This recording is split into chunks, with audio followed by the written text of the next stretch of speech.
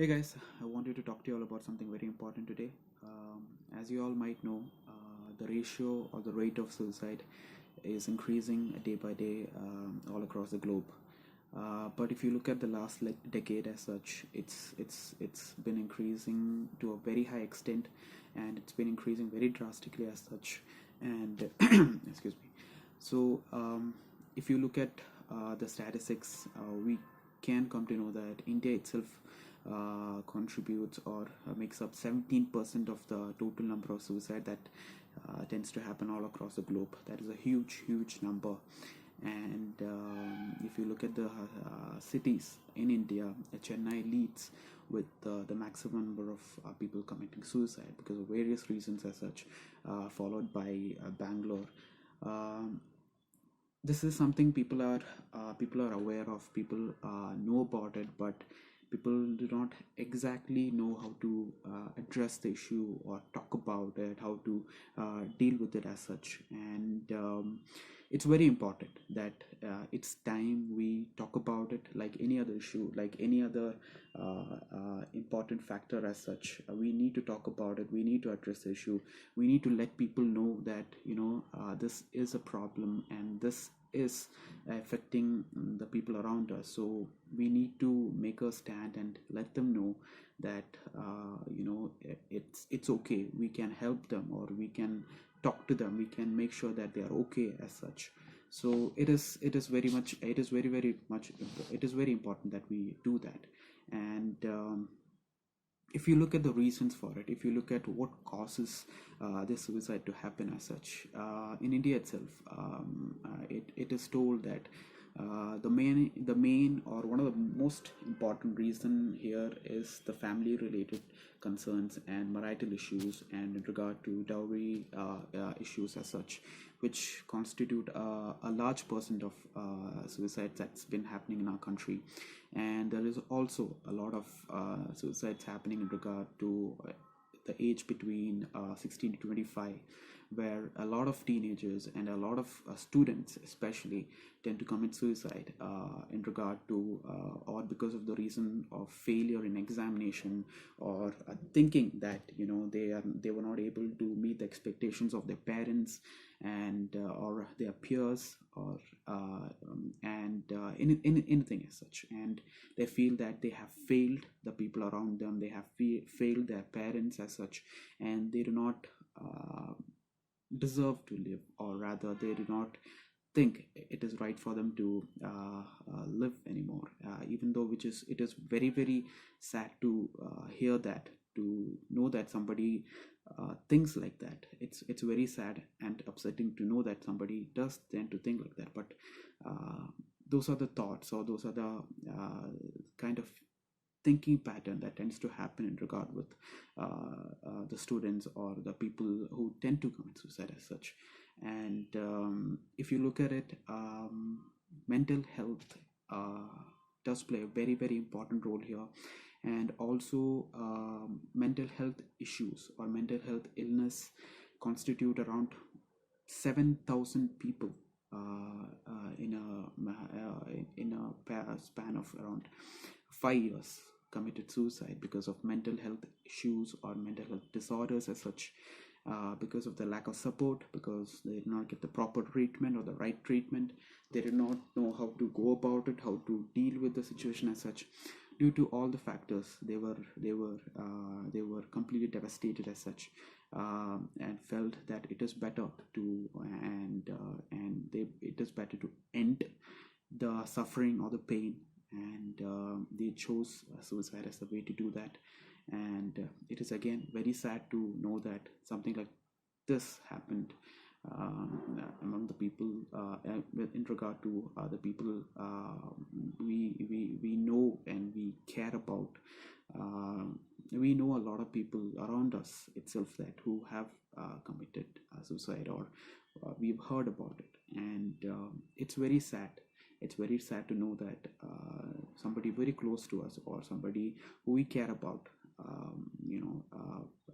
is not there anymore, or committed suicide as such. And it's even more, uh, to a certain extent, it's even more painful to know that even though we were there as such, we were close to them, or we were there as a friend, or a family member, or as any kind of relationship as such, but not able to completely get to that person, get through to that person, or make the person feel comfortable or okay to talk about what's been happening, and to talk about how they've been feeling as such, so that to a certain extent we can help them, and let them know that it's okay, it's going to be all right, it's going to be fine, and we can deal with it as such. You don't have to do all of this alone, and to make them understand that they are not alone. They don't have to do this, or they don't have to work on this alone as such.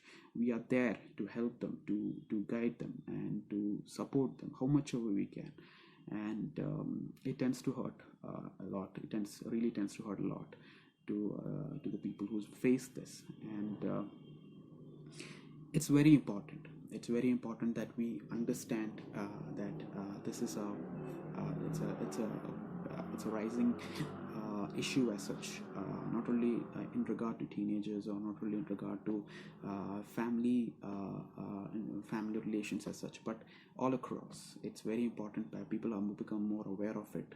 And to a certain extent, people believe that it's a instant in decision, or it's done out of as an impulse act. No, it is definitely not done because of that. It is not an impulse act. It is thought over a period of time, and it has been thought over 100 times in the mind of a person who's thinking about committing suicide as such. And they think about a lot of factors. They think about the pain or the suffering they're going through, or the reason why they think that suicide is the best answer, or whatever it is as such. They think about it more and more, and it involves a lot of time, and involves a period of time where they think about it, and where they analyze the situation as such, and then make a decision of committing suicide as such. Then also, if you look at it, most of the people that have committed suicide, they have attempted suicide 2 or 3 times. So they have only been successful at the 4th or 5th time, or they've been successful at the 3rd time. So they have actually tried to commit suicide once or twice before. They had the ideation before. It's only that the 3rd or the 4th time they have been successful in it. That itself is a reminder for us that, or that itself says that they came back, and we had a chance, or the people around had a chance to get them back to life, and not let them go, or make the decision that they made, and let them know that it can be dealt with, it can be handled as such. Not make them go to the decision again, and make them go through the same suffering, that they believe that it is the right thing to do, and to just imagine the courage, or to deal with the fear of doing it. It speaks a lot. It really does speak a lot. So when we look at it, it's very important that we, as a person, as a relationship to this person or such, or in any manner, we talk about it and we deal with it. And I want you to also know about the signs of a person who is actually having a suicidal ideation. Suicidal ideation is something where a person thinks about suicide, a person thinks about ways of committing suicide. It sometimes it becomes quite evident that the person tends to become very, very depressed. There can be social isolation, and the person tends to isolate himself from others, and person tends to speak less about what's happening, or does not speak at all to people around. there can be a lot of mood swings, and sometimes it also tends to uh, uh, happen that it also tends to happen that a person who's very very happy, who portrays a happy face as such, tends to do this, or always had this in their mind. And it's very important that again we understand it, how much it does reach to them, how much it needs to be understood for from for us, that it can be helpful for them.